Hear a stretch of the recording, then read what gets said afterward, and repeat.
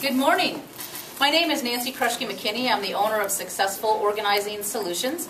I'm a professional organizer and a productivity coach, and I have been doing this for over 15 years as my own business. And prior to that, I spent 10 years in the financial planning industry, helping financial advisors create a best practice office for themselves and their assistants. So I think all in all, and even if I go back to when I was in college and worked in a bank, I was always trying to organize the teller line to make it more effective, especially for those part-timers that came in, so we knew where to find things. So it's kind of been a lifelong journey for me in everything that I've learned and I share with my clients.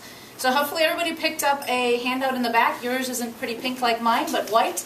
And also a green slip, because that will get you in a drawing. And you can either pass those up here or get them to the back of the room. They'll help pick them up at the end. And before you guys leave, we'll do a quick drawing on that for a prize, an organizing tool.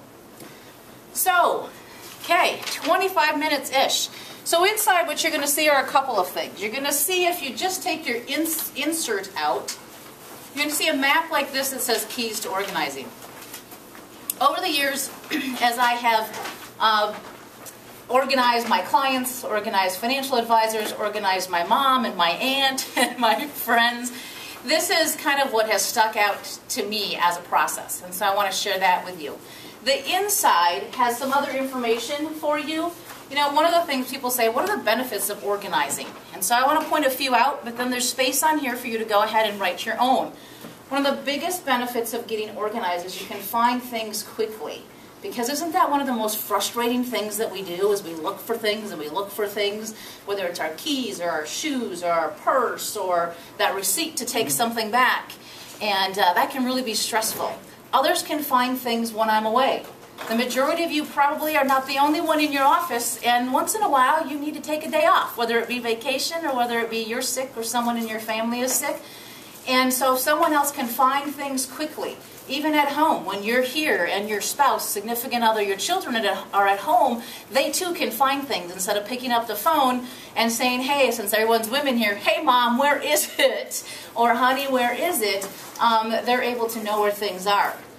Freedom from chaos. All of that stuff that's laying around is chaotic, and it all talks to us. You ever notice that? The more stuff you have in the kitchen, it seems louder in there. When you get that kitchen counter cleaned off and those dishes done, how quiet and calm, or your bedroom, get all the clothes put away. It just calms the space right down, doesn't it? And so it's freedom from chaos. You know where to put things, so that when you bring things in or you use something, you know where it's going to go back to. Instead of that tendency that we have of, I'll put it here for now because I'm not sure where it's going to live. So if you have a home set up for things, it's very easy to put things back into their homes. Saving time and money. Time from looking for things, searching all over the place, whether it's the office, the house, the car, the garage. And also money, because we can stop rebuying things that we knew we had. One of the guys that I worked with organizing, I don't work with a lot of guys, but we were doing his tools, and we came up as we went through different places in the house, in the garage, in the basement, 16 hammers. He said, I knew I had one here someplace. So you didn't realize that he even owned 16 hammers by the time we pulled it together. So you can save money in repurchasing the same things. And as I mentioned a little bit ago, reducing that stress so that we're calmed down, so we're not racing around all the time searching for things. On average, they say a person in their lifetime spends over a year searching for things, and the statistic is just in their office. That's not including house or car or purse. That's just in their office. And you may have some other benefits that you want to add to that list. On the inside is some space for you to take some notes. So organizing ideas that you like that you get out of here, tools that I show you that you might be interested in, and places to organize in your home you may want to write down, or your office, wherever they happen to be. And on the other side is some action. Because to be able to go and take this, my goal in any of my presentations is that you're able to go back into your life, whether it's your home or your office, and implement one idea that you get today. If you implement one idea just this year, it's going to change your life. And so having that action step, having those defined, and giving yourself a deadline so that you have a goal. If you want to increase the likelihood that that's going to happen, share that with somebody, a friend, a coworker, a family member, and have them just touch base with you. And then we'll get to the maintenance as we go through the keys. Are there any questions right off the top of your head? Now that I've given you a little bit of the benefits, I want to make sure if there are that I address a specific need. Otherwise, I have some tools up here and ideas as I go through here. Examples for home organizing and for paper organizing. But does there anybody come with one specific question? They're like, man, Nancy, if you can give me this idea, that would be great. Okay, well, I'll just move forward then. With anything, it is important to have a plan in place. I have had other seminar attendees come up to me and say, yeah, I'm taking a whole day off, or I'm taking a week off vacation to organize my house. Or clients tell me that they're doing this. And as I've either followed up with them or they follow it up with me, and I've asked them, so how did that go? And they, yeah, it didn't go so well. Because the first thing we need is we need to have a plan. Very few of us go on vacation without a plan, right? Very few of us retire without a plan. We don't build a house without a plan. We don't remodel our house without a plan. So why do we want to organize without a plan? So having that plan in place, what is that space that you want to organize? What is your vision of what that space is going to look like? What do you want in it? So maybe if you're looking at that kitchen countertop right now and there's so many different things on there, what do you really want to live on that kitchen countertop? Is it that you want it empty all the time? Is it that you want to put some of these tools into place to help you manage the things that come there? So having that plan and that vision of that space is really key. The second is gather, sort, and toss. Now with toss, I imply, that for me implies not only throwing things in the trash, but also recycling things and donating things. It's getting them out of your life. Things that you don't want to be there, either in that space or in your house or in your office at all. They don't need to hang out there. So, but getting them together, because if they're all scattered all over, we don't really know what we have. So you kind of need to bring them together first. In some ways, make a bigger mess before we can get it organized. So you want to bring it together. You want to sort the like items together, and that's the next one. Get those then grouped together like items. And I like to say, think of Sesame Street. We all grew up with Sesame Street, right? With which one of these things doesn't belong? It's kind of like that. And so have fun with it, because organizing can be fun. It doesn't need to be super, super stressful. But we need to know what we have and how many we have. So like the gentleman I told you about that had 16 hammers, he went, yeah, I don't need 16 hammers. I can donate some of those to Habitat for Humanity. But I do want to have maybe 5 because I want one in the garage, and I want one in the basement, and I want one in the kitchen. Places where he's always going to look. So for him, what we actually did, because he had so many extra tools he had bought, we set up toolboxes in all the different floors of his house and areas where he was going to be. So that he had at least the basics, no matter where he was, if something needed to be fixed. And he didn't always have to go to the garage or the basement to find them. We can do the same thing in our homes, whether it's toolboxes or whether it's units like the letter tray or stack shelves here, or the file box, to help us organize those things. Or even these types of, whether it's these cloth ones that are really big right now. I was just at Target yesterday, and boy, do they have an inventory of those, so that we can put toys in them. I actually have one that I put remotes and different things in my one room that's like, what am I going to do with this when if I don't need it all the time, but I don't want to lose it? And so I put them in this. So when I need that extra remote or the directions for the cable TV, I know that's where those miscellaneous things are that I don't need to take up drawer space or cabinet space. Once we know what we have, and we've grouped those like items together, then we can create homes. I love homes because then we know exactly where they go. So as I mentioned with letter trays or stack shelves, many of us probably have these in our offices, right? Yep. How many have one of these tools in their homes? Oh, a couple people. Yay! Great! You want to use it the same way in both places. Meaning, one, you want to make sure you have labels on it. What is on the shelves? If you don't have labels on it, it makes it much tougher to go, I'm not sure which one it goes on, I'll throw it here for now. Those famous words. So make sure that you're getting it labeled and you know what's on each of those shelves. This can be great for incoming mail, putting it up here, whether it's at the office or at home. But the inbox is a temporary holding place. Okay, I'm going to say that again.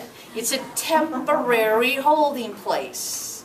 So that it doesn't end up growing like this, and every time we need to look for something, we're digging through it and just throwing everything back in there. You want to make sure that at minimum on a weekly basis, you're getting your inbox down to 0. And most likely why things are hanging out there is because they don't have a home. You're not sure where they're going next in that whole cycle of life with you. So an inbox. At home, these can be used for, here's kids' papers. If you have more than one child, you may want to have multiple boxes, one for each kid. Papers that they bring you to sign or papers that they're bringing home from school so that you can look through them and then make that next decision of where are they going. You may want one for your spouse. I have one of my clients that set up actually a file box like that, and one of the hanging files in there was for her husband. He's an airline pilot, and so he travels all the time. And so she's like, I never know what to do with this stuff. I need to talk with him about.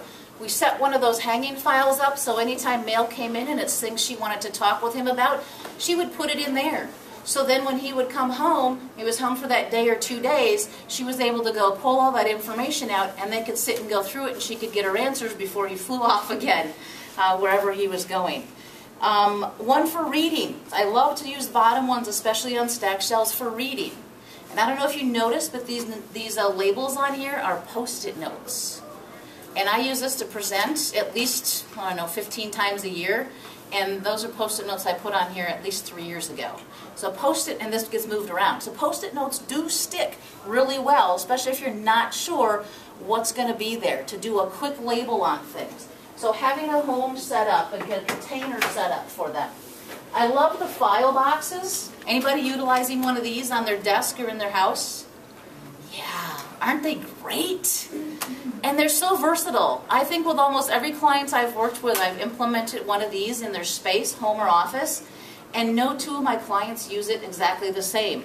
I have a few samples in here. So things that come in the mail that you want to file, they now have a home. Bills that you need to pay. Things for mom to take a look at. Schedules for you, the kids, football, basketball, Pilates, whatever they happen to be. There's another one in here for phone lists, so that if you do have lists for hockey or football or soccer, all those parents and those kids' phone numbers can go in there. Coupons. What do we do with coupons? It's a great place, those ones that you think you're going to use or know you're going to use, to put in here. So if they do come into your inbox, now you can sort through and just keep the ones that you want to keep. Things to read, upcoming events. What do we do with those invitations to graduations, birthday parties, weddings? We go, oh, we'll stick it here. I'll never forget that I put that invitation there. And then we get ready to go to that event and we're not sure where is it, what am I supposed to bring, how am I going to get there? So having upcoming events. I had one client that had season tickets for hockey and basketball, UW-Madison, and she never could find the tickets because they put them someplace they would never forget them. And once we set up one of these for her, everybody in the family now knew where those hockey and basketball tickets were. Menus, takeout menus. You can also use this, you don't need it necessarily on your desk, but these are some other labels in homes for things that might go either on your desk or in your drawer in your office at home. Income, so your pay stubs, receipts that you have, other household items, so it could be things such as utilities and mortgage statements, gas and electric, those kinds of things. You can also use, and I love hanging files, for tickler systems. Does anybody use a tickler system? Tickler system tickles your mind to help you remember what's going on. And it can be as simple as just a January through December.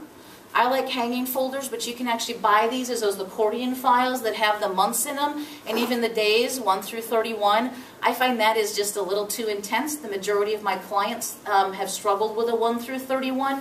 So I recommend just a monthly one, and at the beginning of every week looking in there, what's in there that's coming up this week, so that you know where to keep it. Because if you get something that's 3 months from now, maybe you're going on a vacation, or you're starting to get wedding invitations, baby shower invitations, where are they going to go? So that can help you to set up a tickler system.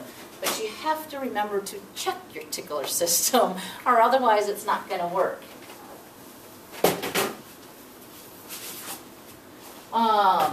Receipts, right? What do we do with receipts? They gather in our purse, we come home, we throw them on the countertop. Majority of them we never look at again, right? So this one actually says a photo organizer.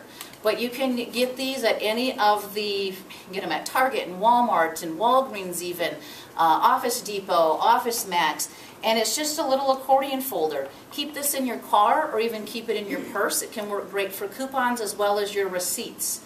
If there's ones you know that you're never going to take anything back to, get rid of them. You don't need grocery receipts.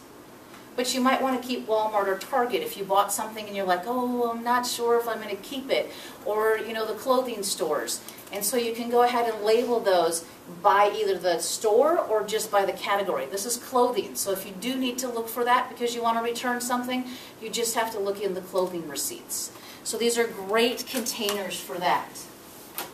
Ideas for how to store stuff in the car, because I don't know about you, but if I don't have my Post-it notes and my pens available to me in my car, I don't think I could survive.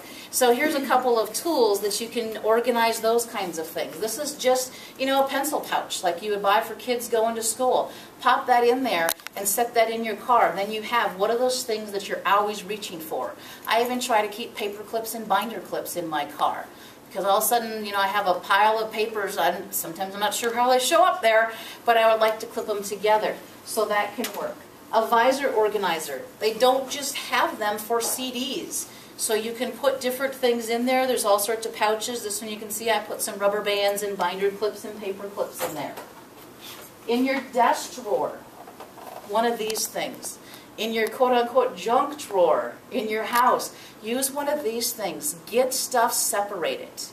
You don't even necessarily need this. You can use boxes. One of my favorite free organizing tools is check boxes. You know those ones your checks come in and you get done with them?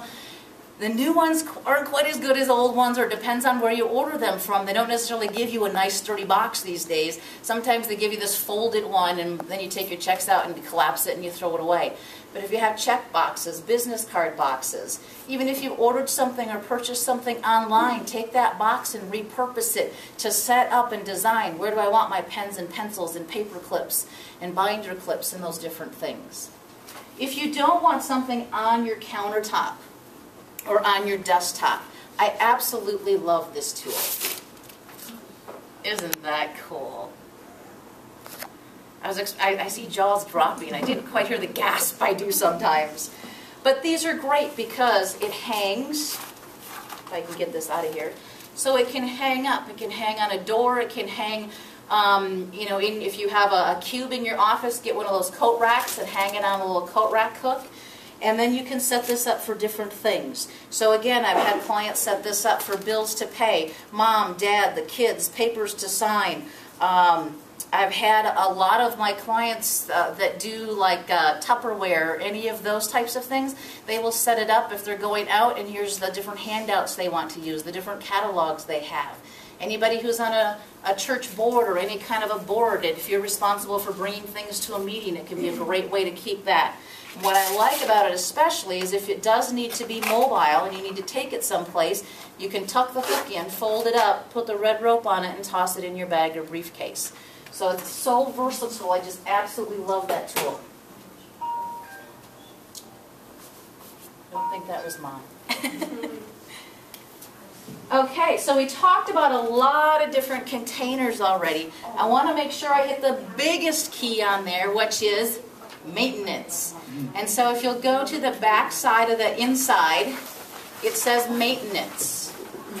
And so it walks you through some different things and what includes maintenance.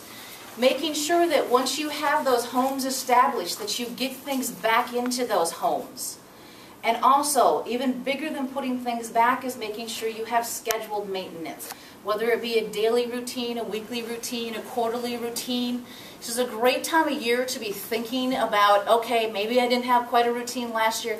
What is my routine going to be? What are the different areas in my office or in my home or in my home office or my garage? And how do I want that cycle to work for me? When are things going to get put back into their homes? That daily, I grew up, and I don't know how many families do this. I know a lot of the families I work with struggle with this. But as a kid, one of the things that we had to do before we went to bed is, the dishes were done, everything was put away, and we were ready to go out the door. Our lunches were made and in the refrigerator, our backpacks were packed in by the door, and it just wasn't, that big of a stress in the morning when we got up and got ready to go, because one, we walked into a stress-free kitchen because everything was put away, and two, we already knew our lunches were packed and our backpacks were ready to go. So getting into some type of routine like that of what do you want to see when you come into your kitchen in the morning. I have some of my clients that say, yeah, Nancy, at night I just want to crawl in bed, but it is kind of a stress reliever in the morning to do the dishes and then get the kitchen clean, so when I come home from work, I have that peace. It doesn't matter what time works. Find out what works for you. There's no right or wrong in any of that. Another kind of rule of thumb is one item in and one item out. As you bring new things in, if you buy a new suit, you buy a new blouse, you buy a new pair of shoes, get rid of one. That really helps in maintenance. If you have a lot of extra stuff right now, you may want to work with the 1 in, 5 out principle, or how many do you want to get out. Review your process. Is it working for me?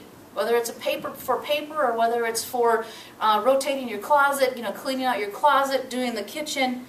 And another really big help is partnering with somebody.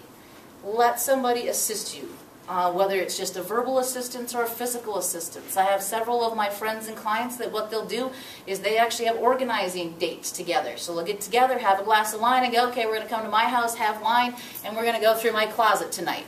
And then maybe 2 weeks later, 3 weeks later, we're going to go to her house and have a glass of wine or some pizza or whatever, and we're going to go through her closet or wherever she wants to go through, so that you're not doing it alone. Sometimes it's easier if someone else is asking you the questions rather than you trying to come up with all the questions on your own of why am I keeping this? When's the last time I used it? There's a lot of questions to ask as you're looking at things to get organized.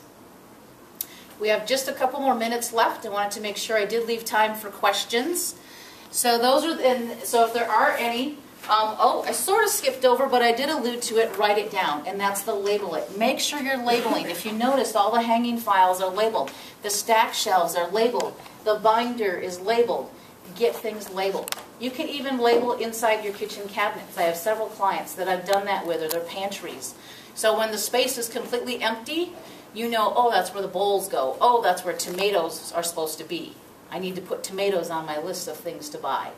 So labeling it is really important as well. Questions?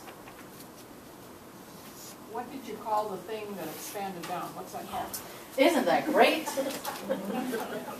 Well, when they first made it, they called it a mobile file, and that's what I still call it. But when I search for it on Amazon to replenish my stock, they call it, is by Esselte, and Esselte is also Pendaflex, and it is called a desk-free organizer. But you will find that you come up with a bazillion other things they call desk-free organizers too. So you'll just have to, look at the pictures. Office Depot used to carry these in stock. I haven't seen them there in the last couple of years, but I think all three, Max, Depot, and Staples, do carry them online. I typically buy mine from Amazon, but I buy in large quantities so that my shipping is spread over, like 20 of them. So you can find them in a lot of different places. They also come, this one has 6 pockets. They come with 8 pockets that have gussets on the side. But what I don't like about those is they're not as colorful.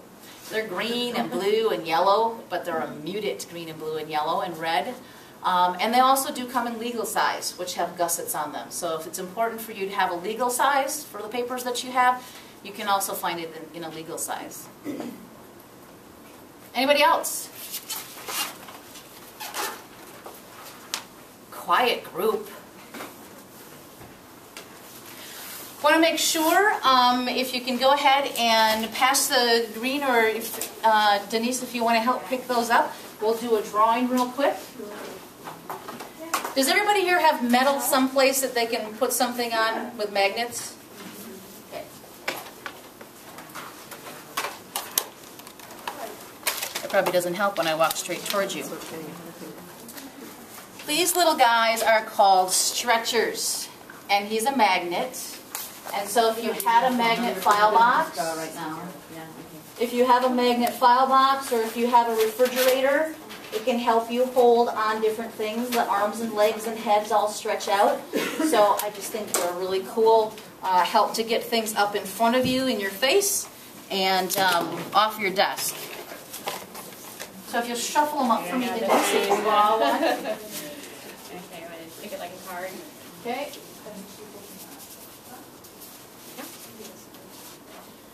Jerry, and I'm not guessing at the last name. So Jerry, if you want to come and get your stretcher out here. You guys have all the information of how to contact me. If you do have any questions, don't hesitate to give me a call. If you did give me your email, I do not share that. I manage the email list myself. And it just keeps you informed of when I'm speaking in around town and if I have an article. Anybody who lives in the McFarland, Verona area and gets Your Family, anybody get Your Family? It's a little insert magazine.